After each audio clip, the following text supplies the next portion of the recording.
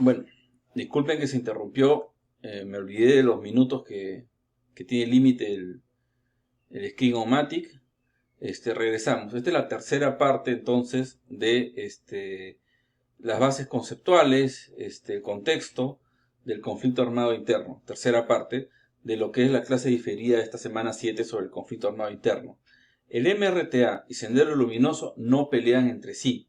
Tienen algunas pugnas menores, pero ojo, la guerra no es MRTA versus Sendero. Eso no fue así. La guerra fue fue a dos bandas. Por un lado, Sendero Luminoso luchando contra el Estado peruano y por el otro lado, el MRTA luchando también contra el Estado peruano. Entonces, es una guerra de Sendero Luminoso versus Estado peruano y por otro lado, MRTA versus Estado peruano. El rol del Estado y todo eso vamos a verlo en la clase directa, ¿no? En el Zoom, ahí lo vamos a ver esto, ¿no? Vamos a ver lo que significaron los gobiernos peruanos de la época y cómo esto influye en el transcurso de la guerra, las respuestas de los diferentes gobiernos. Pero quiero llegar a un punto para cerrar esta clase introductoria y es acerca de, un ratito, disculpen, estoy avanzando, es acerca de las víctimas del conflicto. Acá está. Las víctimas del conflicto van a ser principalmente la gente más pobre, excluida y discriminada, pobre, excluida y discriminada del Perú. Esos son los datos estadísticos que arroja el informe de la Comisión de la Verdad y diversos autores también dan fe de estos datos, ¿no? Investigaciones tanto cuantitativas, estadísticas, como cualitativas, como trabajos de estudios de caso, trabajos de campo diversos, han dado este resultado, ¿no? Sobre todo Sendero Luminoso, y yo no quiero con esto, ojo, decir que los del MRTA eran unos angelitos, buena gente, no, para nada, pero es que Sendero Luminoso fue más cruel. El Sendero Luminoso fue lo más cruel que hubo acá. El MRTA también fue cruel, pero Sendero Luminoso fue más cruel. Se ensañó mucho, sobre todo con los campesinos. ¿Por qué? Porque como ya les dije, ellos querían tener, y tenían, o querían tener, ya no lo tengo claro, qué tenían en la cabeza, de que el Perú era un país feudal. Entonces ellos, cuando llegaban a un lugar del campo, trataban a los campesinos como si ellos fueran, como si los senderistas fueran los liberadores de los campesinos. Su discurso ante los campesinos es, yo vengo a liberarte de la opresión, de la servidumbre en la que estás. Mientras que el campesino no entendía lo que le estaban diciendo, porque el campesino decía, bueno, pero yo ya soy una persona libre, yo ya soy dueño de mis tierras, yo ya soy ciudadano. ¿De qué me estás liberando? Entonces ahí ya comenzamos con un desentendido. Sendero Luminoso no entendía la nueva realidad que tenían los campesinos, la realidad que han tenido los campesinos desde Velasco con la reforma agraria. Y quiere que los campesinos se adapten al esquema que Sendero tiene en la cabeza. Lo quiere obligar a los campesinos a comportarse como si fueran servidumbre que está siendo liberada y que debe ser agradecida por eso con Sendero. Y además debe aliarse a Sendero por eso. Cuestión que los campesinos no lo entienden ni siquiera. No solo es que no les guste, que no les gusta, sino además ni siquiera lo entienden. Ahí hay un tema ahí muy crítico. ¿Cómo responde Sendero Luminoso? De manera violenta, ¿no? De manera muy violenta, comete diversas atrocidades contra los campesinos, hace asesinatos selectivos, también hace asesinatos masivos. Acá hay algunas imágenes, ¿no? Hay víctimas selectivas, o sea, a veces asesina a algunos dirigentes comunales, por ejemplo, o alcaldes de pueblos pequeños, pero también a veces hace masacres como la de Lucanamarca. Lucanamarca es uno de esos tantos pueblos en los cuales Sendero Luminoso simplemente hizo genocidio, repito, genocidio. O sea, entra al pueblo y arrasa con todo el pueblo. Hace un rato quise decir indígenas y luego me retracté. ¿Por qué me he retractado? Porque Sendero Luminoso no le gusta la idea de que haya indígenas en el Perú. ¿Por qué? No es que Sendero Luminoso odie a los indígenas, simplemente odia el concepto de indígena. Es distinto el concepto. Para Sendero Luminoso lo que hay en el Perú son clases sociales. El campesinado es una clase social. Los obreros, el proletariado, también son una clase social. La burguesía es una clase social. Pero los indígenas no son una clase social, sino un grupo étnico. Sendero Luminoso detesta la idea de que haya grupos étnicos. Para Sendero Luminoso, el Perú es un país que está dividido por clases y eso básicamente es lo que explica la realidad peruana, para Sendero Luminoso, ¿no? En realidad es una simplificación de la realidad peruana la que tiene Sendero Luminoso, porque la realidad peruana tiene de una y tiene de la otra. En la realidad peruana hay grupos étnicos, sí. Hay clases sociales también. Hay de las dos cosas. Pero Sendero Luminoso quiere ver una realidad simplificada, digámoslo así. Simplificada. Entonces, detesta todo lo indígena. Y de hecho, eso es una de las razones por las cuales también choca con los campesinos y lo vamos a ver en clase. No quiere reconocerles sus rasgos indígenas.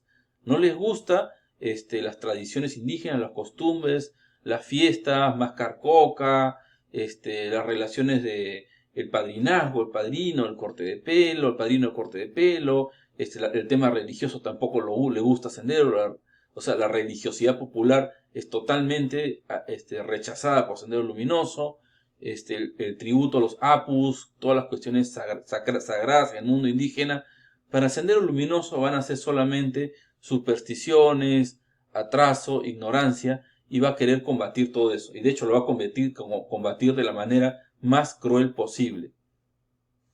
Y ojo que con esto no estoy queriendo decir que los emerretistas, repito, hayan sido buena gente. Los emerretistas también eran crueles, pero no tanto como los senderistas, no tanto. Los senderistas fueron, digamos, lo peor acá. Otra cosa más, son datos ya interesantes para que quede claro que la mayoría de víctimas son campesinos, pero también son indígenas. Vean, la mayoría de víctimas eran quechua hablantes. Y ojo, aquí estamos hablando de víctimas de Sendero, ¿ah? No estoy hablando de las víctimas de otros grupos. Estoy hablando de las víctimas de Sendero. Las 3/4 partes, el 75%, tienen como lengua materna a una lengua indígena, principalmente al quechua, también el aymara y también lenguas amazónicas. O sea, 3/4 partes de las víctimas de Sendero Luminoso tienen como lengua materna a una lengua indígena. Y quien tiene como lengua materna a una lengua indígena es indígena casi por definición, ¿no? Es el principal, como los antropólogos dicen, el principal marcador étnico que define una persona es su lengua. No el único, pero sí el principal, ¿no? Bueno, todo esto de la selectividad de las víctimas, los asesinatos, que fueron selectivos en algunos casos, y en otros casos fueron generales. Bueno, eso lo vamos a ver en clase. Sí, quiero nomás que se queden con estas imágenes para que tengan una idea de la crueldad del conflicto, ¿no? Por ejemplo, este señor al cual le arrancaron un ojo y así ese tipo de cosas fuertes, ¿no? Sendero Luminoso no solamente que asesinara gente, sino que torturaba gente, hacía mutilaciones y otras cosas más que no voy a decir aquí porque son realmente macabras, parecen de película de terror, pero las pueden ver en los libros, ¿no? En los textos que les he mandado hay cosas así. Yo no quiero hacer una clase mórbida, pero para que tengan una idea de lo fuerte que fue eso. Fuerte también fue reclutar niños soldados. Reclutaron por la fuerza, obviamente, arrancaban niños de su familia, los senderistas, y los hacían soldados. O sea, ningún respeto a la niñez, nada, cero, eso no existe. Y esos son temas importantes. Antes de terminar esta sesión, que ya se me hizo un poco larga porque estamos ya en la tercera parte, esto lo vamos a ver en clase, ¿no? El rol de Marilena Moyano, que fue una mujer dirigente vecinal de Villa El Salvador, o sea, de un pueblo joven acá en Lima, que valientemente se enfrentó a Sendero Luminoso. Lo importante que fueron algunos atentados emblemáticos, como el de calle Tarata, acá en la ciudad de Lima, y otros más. Antes de ver eso, que lo vamos a ver en clase, en realidad no lo vamos a ver aquí en la diferida, quiero terminar con el tema de género, que es bien interesante. Sendero Luminoso tampoco contempla la categoría género, así como no le gusta la categoría etnicidad, no le gusta, quiere verlo todo clases sociales, tampoco contempla la categoría de género, y sin embargo es un grupo que incluye a muchas mujeres.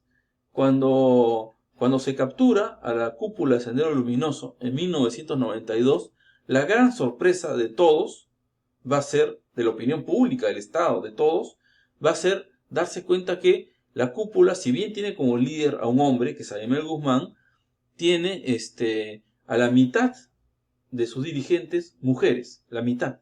Y no solo en la cúpula, activistas, gente que pone bombas, gente que extorsiona, que asesina campesinos, etcétera, la mitad son mujeres, o más o menos la mitad. Entonces la participación femenina en Sendero Luminoso es alta, bastante alta. Y eso es un dato interesante. Eso no sucedió en el MRTA. Sí había mujeres en el MRTA, también había mujeres, pero en el MRTA era mayoritariamente masculino. No, ahí sí es diferente. Era mayoritariamente masculino. Y en lo que es la lucha contrasubversiva, o sea, la lucha del Estado, de la policía y las Fuerzas Armadas versus Sendero y versus el MRTA, ahí sí es masculina total. Los soldados son todos hombres, los que van a pelear, los policías que van a pelear también son todos hombres, ¿no? Y este tema del género, Sendero con su paridad, para usar un término contemporáneo de género, en los hechos, no en la ideología, pero sí en los hechos. El MRTA con una presencia femenina también interesante, aunque no llegaba a la mitad, quizás no hay datos exactos, llegaría al 20-25%, y eso ya es algo. Y las Fuerzas Armadas y Policiales con una total predominancia masculina, o sea, todos eran hombres los que peleaban ahí. Es un dato interesante que yo lo digo para la reflexión.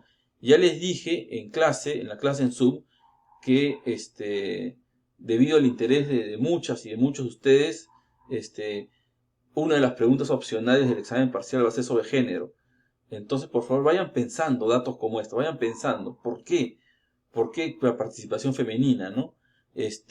También es cierto que de los sectores populares hubo mujeres como María Elena Moyano y otras más, no es la única, que se enfrentaron de manera valiente a los grupos subversivos y también valientemente, hay que decirlo, a los excesos del Estado peruano.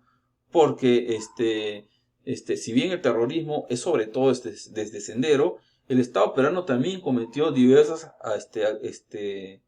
hechos que califican de guerra sucia, ejecuciones extrajudiciales, arbitrarias, secuestros. También el Estado peruano se manchó en este conflicto. No tuvo el nivel de crueldad que tuvo Sendero Luminoso, pero también se mancharon las Fuerzas Armadas y policiales en este conflicto, ¿no? Bueno, con esto termina la parte teórica. Denle vueltas, por favor, a la parte, al componente de clase social, al componente étnico, a lo de género, las diferencias entre ser un grupo pro Unión Soviética y pro Cuba, como es el MRTA, con un grupo maoísta, pro chino, como Sendero Luminoso. Quédense dándole vueltas, ¿no? Cómo la reforma agraria de Velasco de alguna manera cambió la historia, porque Sendero Luminoso no se encontró frente a ese Perú feudal que querían ver, y que para el momento de su rebelión, el Perú feudal ya solamente estaba en la cabeza de los senderistas, no estaba en la realidad. Piensen en qué hubiera podido pasar si no hubiera habido reforma agraria. Todas esas cosas tienen que darle vueltas. Yo quiero que en la clase participen y le den vueltas a todo esto, y que en el examen critiquen, analicen, reflexionen sobre todos estos puntos, ¿sí? Nos vemos el jueves. Muchas gracias por escuchar. Hasta luego.